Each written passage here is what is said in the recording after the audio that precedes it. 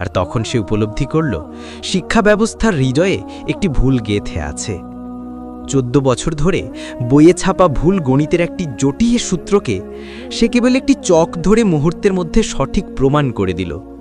লোকেরা তাকে অপমান করেছে, স্কুল থেকে বের করে দিতে চেয়েছে, কিন্তু তার নির্ভীক জ্ঞান পুরো শিক্ষা ব্যবস্থাকে নাড়িয়ে দিল। বন্ধুরা, এই গল্পটি অবশ্যই শেষ পর্যন্ত দেখবেন। এটি শুধু একটি গণিতের ভুল সংশোধনের গল্প নয়, এটি মানুষের ভেতরের সাহস ও মেধার কাছে সমাজের অন্ধত্বের পরাজয়ের গল্প।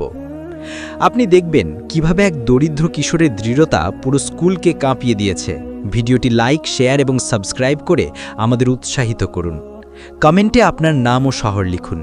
চলুন গল্পটি শুরু করা যাক। বন্ধুরা, এই গল্পটি সুরেশ নামের এক 12 বছর বয়সী গরিব ছেলের। এক এমন ছেলে যে দুনিয়ার চোখে কেবল আবর্জনা কুড়ানো ছিল, কিন্তু তার ভেতরের উজ্জ্বলতা কেউ কখনো দেখার চেষ্টাই করেনি। সকালের সময় ছিল, কনকনে শীতের সকাল। কুয়াশা এত ছিল যে সামনে থেকে আসা গাড়িও দেখা যাচ্ছিল কঠিন। কিন্তু এই কুয়াশার মাঝে একটি ছোট ছেলে সুরেশ তার ছেঁড়া পুরনো পাটের বস্তা নিয়ে রাস্তার ধারে আবর্জনা করেছিল। তার পায়ে ছিল ভাঙা চপ্পল, হাতে ঠান্ডায় ফাটা আঙুল, আর শরীরে এমন একটি শার্ট যা দেখে মনে হচ্ছিল সম্ভবত 10 বছর আগে কেউ ফেলে দিয়েছে। কিন্তু তার মুখে এক অদ্ভুত তেজ ছিল, যেন কেউ সে ছেলের চোখে আশার একটি ছোট প্রদীপ রেখে দিয়েছে। ওদিকে সামনে সরকারি স্কুলের ঘণ্টা বেজে গিয়েছিল। ক্লাসের ছেলেরা ভেতরে যাচ্ছিল, কারোর কাছে নতুন ব্যাগ, কারোর কাছে দামি বোতল, আর সেই ভিড়ের মাঝে সুরেশ দাঁড়িয়েছিল, একটি বস্তা হাতে, যাতে ছিল লোকেদের ফেলে দেওয়া প্লাস্টিক আর কাগজ।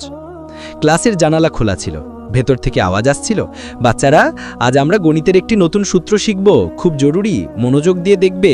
এই আওয়াজটি ছিল গণিতের ম্যাডাম অঞ্জলি সেনের। তার কড়াকড়ি পুরো স্কুলে বিখ্যাত ছিল। ভুল উত্তর শোনা তিনি পছন্দ করতেন না। বাচ্চাদের জন্য তিনি শিক্ষিকা কম, বরং কোনো কঠোর প্রিন্সিপালের মতো ছিলেন। অঞ্জলি ম্যাডাম বোর্ডে একটি পুরনো, খুব কঠিন সূত্র লিখলেন, সেই সূত্র যা দেখে ক্লাসের টপাররাও ভয় পেয়ে যেত। ক্লাসের নীরবতা নেমে এলো। কিছু বাচ্চা চুপ, কিছু চিন্তিত, কেউ আস্তে করে বলল, এটা তো প্রতি বছর ভুল হয়ে যায়, ম্যাডাম আবার বকবেন। ওদিকে বাইরে সুরেশ জানালা দিয়ে ভেতরে ও কি দিচ্ছিল। তার চোখগুলো সূত্রের ওপরে আটকে গেল এবং তার মুখে হালকা হাসি এলো, যেন সেই সূত্রটি তার হৃদয়ের কোনো এক কোণে আগে থেকেই বাসা বেঁধে